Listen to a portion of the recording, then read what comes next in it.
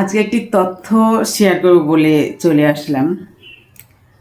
সেটা হচ্ছে যে আমরা মেয়েরা, আমাদের মেয়েদের একটা প্রতিষ্ঠিত কাজ হচ্ছে রান্নাবান্না করা, ঘরের কাজ করা। এটা হচ্ছে বাংলাদেশের জন্য একটা প্রতিষ্ঠিত রীতি, এবং এটাকে অ্যাভয়েড করতে পারে এমন কোনো মেয়ে আছে বলে আমি বিশ্বাস করি না।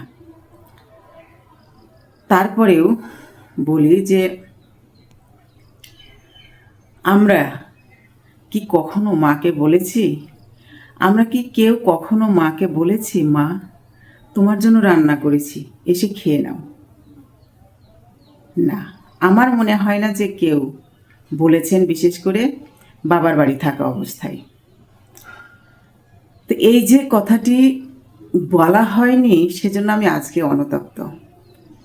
কারণ আজকে সকালে উঠে রান্না করি, বাচ্চাদের খাওয়া দাওয়া করাই, স্কুলে পাঠাই, নিজে অফিসে যাই, সমস্ত কিছু করি, কিন্তু মাকে কখনো বলা হয় নাই মা রান্না হয়েছে, খেয়ে নাও, যেটা মায়েরাই সবসময় করে আসছে আমাদের কাছে।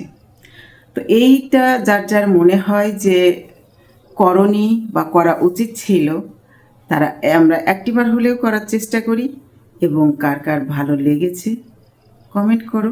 কেমন?